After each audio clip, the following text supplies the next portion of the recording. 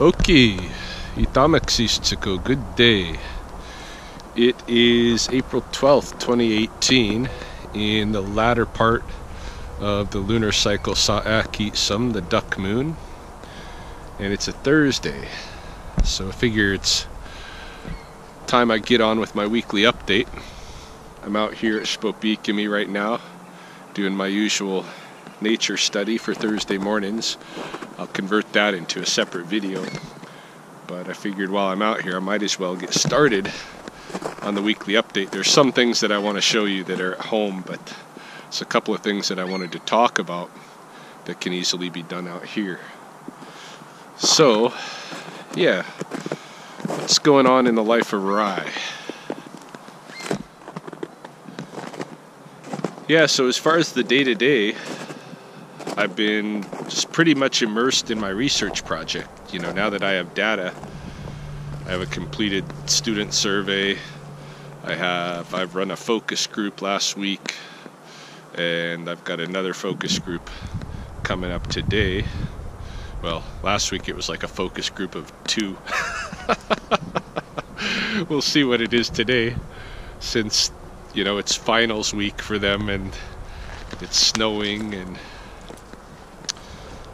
but in any case, I do have a bunch of data, and I'm having fun going through it and trying to sort out what I want to really do with it and what I'm learning from it. So that's been most of what I've been up to. I kind of did some binge Netflix watching. I've been really into the Office. I think I've gone through that series 2 or 3 times now. But it's always, you know, I like to laugh, especially in the late night. So I try to find comedy, and The Office is a really good series for some laughs.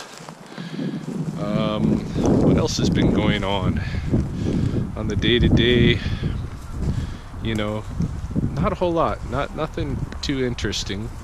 I've been cleaning up my diet a little bit, trying to exercise a little bit more discipline. But I don't know, maybe not so much today. I'm already thinking about what I might get into, because it's a Thursday, and on Thursdays I give myself kind of a write-off. I say, well, you know, if your week is like a deck of cards, the Thursday's the Joker for me. You know, Thursday, all structure is cast aside. This is new. Got a tree that's come down across the trail here. It's bent over and broke. Might go back and show that on the other video. Any case, that's been my day-to-day, really. Research in The Office. You know, I have had some other kind of fun stuff happen, like went to a birthday party for one of our good friends, Andrea Glover. She was turning 60, so went to her 60th birthday party. Also went to go officiate at the Canadian National Amateur MMA tournament here in town.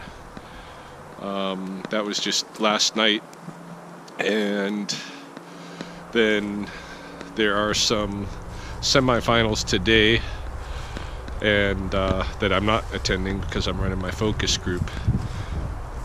And then tomorrow, tomorrow there's going to be a professional fight, Rumble in the Cage. And as a kind of a prelim into the professional fight, they're going to have the finalists from the Canadian amateurs. So that's all fun stuff.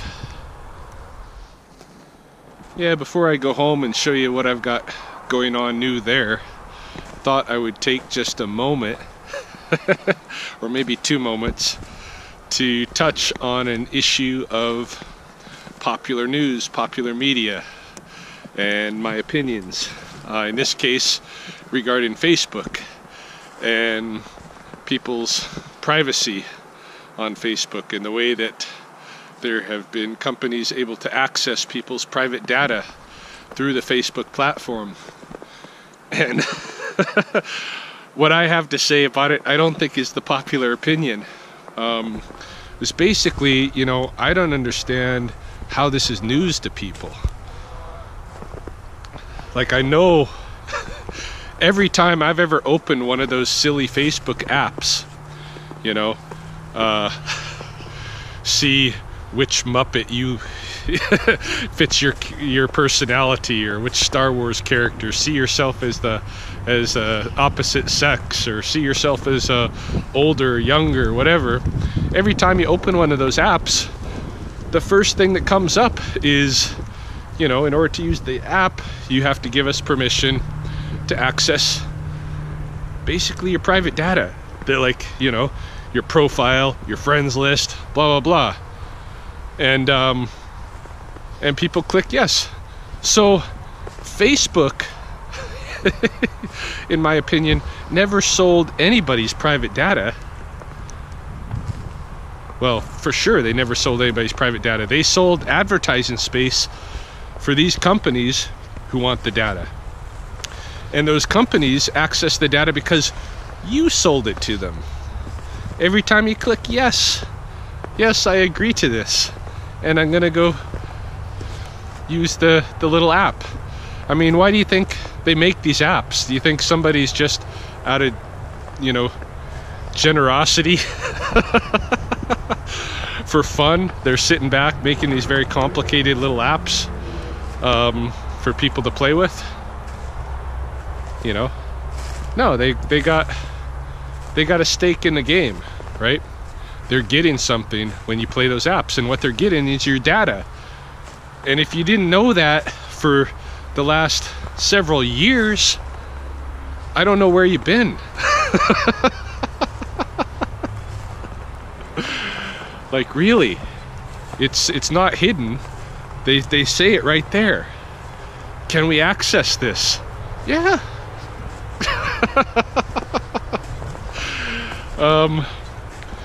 You know, so even this guy who was the whistleblower for this Cambridge whatever company that is the one that's in the hot seat, this whistleblower coming out and saying, you know, this is what we were doing. Of course that's what you were doing. That's what I've always assumed you were doing. I never assumed that Facebook owes me anything, right? This is their platform. I'm getting to play on it for free because they're making money in other ways by advertising to me, by giving companies access to the people on Facebook as potential clients to play their apps or whatever in exchange for data. You know, it's all pretty consensual as far as I could see. Like, in my opinion, that's been just something that I've been aware of ever since those apps started showing up on Facebook. So I don't understand what the big beef is. And to tell you the truth, I think it's bad news to have, you know, the United States government starting to think, oh, we need to police what goes on in the social networks like Facebook. They can't be, you know, they can't be self-monitoring because look what's happening. Look what's happening. This company was able to get in there and access people's data. Well, not only the people's data, but data from those people's friends. How that happened, I don't know. That's the company's deal. That's why they're on the hot seat, and they deserve to be on the hot seat for that point. But Facebook doesn't deserve to be on the hot seat. Not in my opinion. You know, unless they can prove like that Facebook actually set it up so that these people could have that kind of access to the data of the friends of the people who are playing their app, you know, if Facebook set it up like that, then yeah, you know, they deserve to be on the hot seat too. But I doubt that they did. I don't know. Any case, you're putting your data into the Facebook platform. That's not your platform, right? That doesn't belong to you. The data is your, you know, your private, like you feel that it's private and personal information, of course. All understandable, but if you don't want something out there, don't put it on Facebook at all, right? On nothing, and messengers, you know, anywhere in Facebook. If you don't want your private data, don't put it in there. Now I know they make you give a birth date, like when you sign up for Facebook. It's not really hard to put a false birth date in there. If you want to protect your private data, it's really easy. You don't even have to be yourself. You can make up an entirely fictional human being and put it on Facebook. They don't want you to do that. If they find out you're doing that, you know, they shut you down. But if you want to, you know, protect yourself from any potential of data leaks, that's what you do, right? Personally, I don't care. Like, I'm one of those guys that say, I really don't have anything big to hide, you know? Like, yeah, there's private conversations and stuff that I want to keep private, but I don't think these companies like this Cambridge whatever that got this data, I don't think they're gonna be going in and using my message content, you know, to try to blackmail me or anything, right? Or mess up my world. They're looking at ways to sell something to me, right? They're looking at how do we convince people to buy this way, or how do we convince people to believe this way, right? They've got some stake in it, something they want to sell me, whether it's a political viewpoint or, you know, some kind of merchandise. They're selling me something. So that's what they're tapping the data for, and I don't care. I've understood that since the very day one of Facebook, pretty much, that I'm by participating in Facebook, you know, we have a kind of a mutual agreement. I'm putting my stuff in their system. It's gonna be, you know, harvested in various ways for people who are trying to sell me things. I know that, and I'm okay with that. If you're not okay with that, that's fine too, but it's not Facebook's problem. That's your problem. You don't have to play on Facebook, you know? So that's my opinion on that matter. I know it's not a popular one, but it's something I wanted to get off my chest. Just figured I'd slot it into these updates. So let's go check out what's happening at the house. Back home now, and figured I'd give you a quick update on what's going on with Mandy. She continues to be a model of good rattlesnake health, and she's been very active. You can see she's been going in and out of her water here and dumping a lot of it, and I've been replacing her water probably 3-4 times a day over the last week or so. But I think that has to do with her getting prepared to shed again. If you look at her, you know, if you look at her skin, it's starting to look a little grayed out. You don't see it in her eyes so much yet, but back half of her is getting pretty gray. So we'll see. She might have one more shed to do before she leaves here. She's also been very active at night. She's been crawling around all throughout the terrarium here and doing a lot of climbing, getting up into the top end of the terrarium, lifting her body completely off of the ground at some points, but then, you know, usually falling down. Yeah, but she's doing good. She's doing good, and she's going to be returning to the wild pretty soon here. Pretty soon. Probably maybe even as quick as 3 weeks out, depending on what the weather does. But definitely by next month, I'd say. Should be going home. Okay, let's go downstairs. I'm going to show you something else. So here in the basement, I have the python stacks. For those who've been following my channel for a while, you might remember that at the beginning of winter, one of my wife's cousins forfeited basically his entire collection of ball pythons to me. Well, at first it wasn't a forfeit, it was just they were at his mom's place and she couldn't have them there. Her landlord didn't want them there, and there was going to be an inspection. So I offered actually to house them here temporarily while they were doing the inspection. So I did that, and then maybe a month later, 6 weeks after that, something like that, I find out there's another python over there, one that had been in his collection but had escaped. And they'd only just found it, and so I went over there to rescue that python.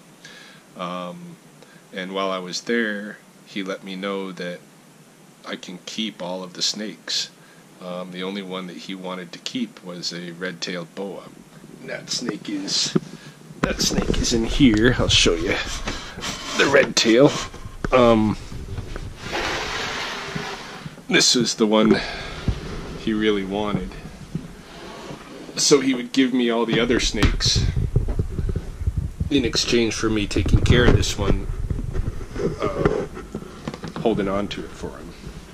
So that's a real pretty, red-tailed boa. Nice snake, and it's been a good eater all winter and a good shedder. You can see it's really nice, pretty snake. I've been jealous of this snake. And about, once every month or so, I get back in touch with Luke, that's the cousin, and I ask him, you sure you want that boa constrictor? Because when I was growing up, that's the kind of snake I grew up with. That was my first pet snake, was a boa, red-tailed boa. Put this away here. I'll show you some of the other ball pythons too, because there's a couple more in here. There was a bunch, but that's part of the story today. When I got this whole stack from him and all the snakes, I was able to sell off a large albino ball python and get a little bit of money to use for feeding the remaining snakes. But then I was trying to sell the others, and I've been trying putting them on different social media sites to buy and sell things, and not getting any bites. So I had an idea the other day, and it pertained to that boa constrictor. Let me show you this guy now. This is one of the pythons.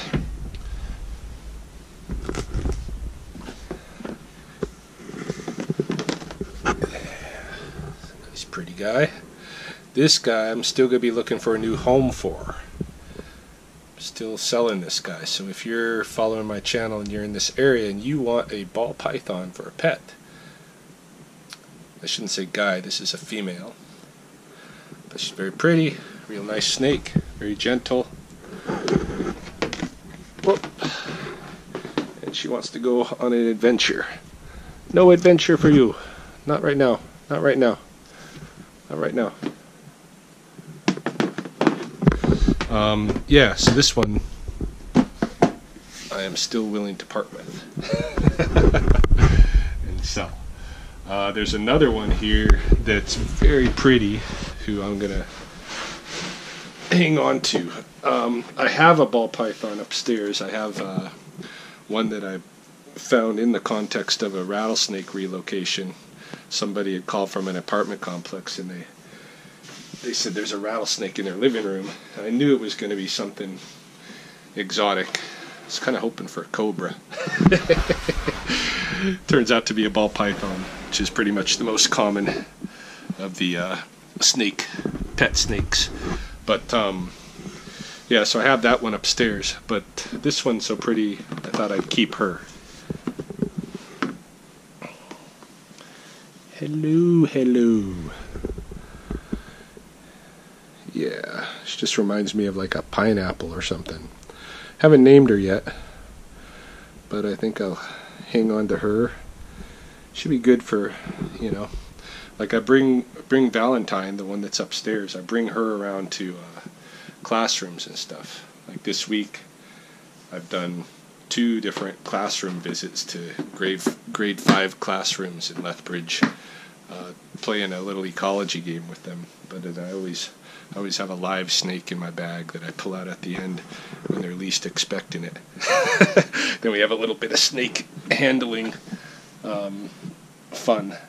So yeah, any case, I had 4 other ball pythons here in the stack, and but I figured out a way to move them rather than sell them. I figured I would trade them.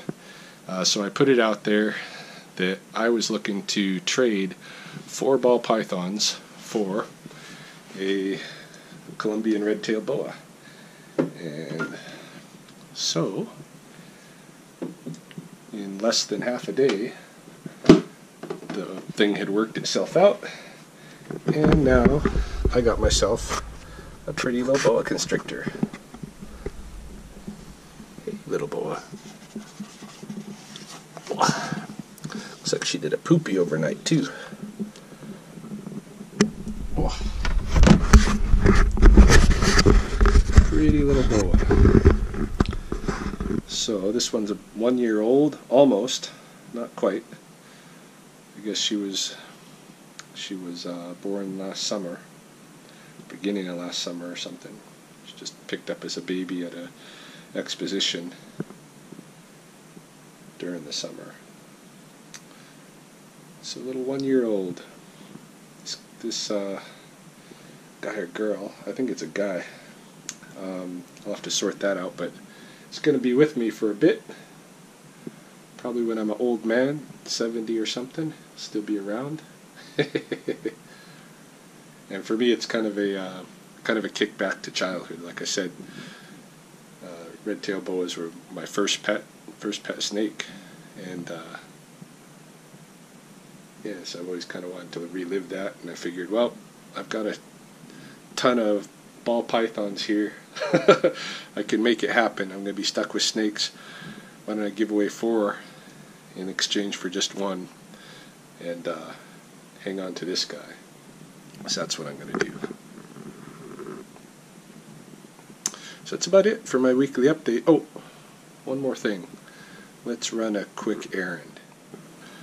Oh, one last note. I just pulled the supposed poopy out of the boa constrictor's little box here, and it's not poopy at all. I knew it looked funny being all white like that. It is actually a shedding. So this snake has done its first shedding, and it's a nice, healthy, full shed. So day 1 with me is already doing good.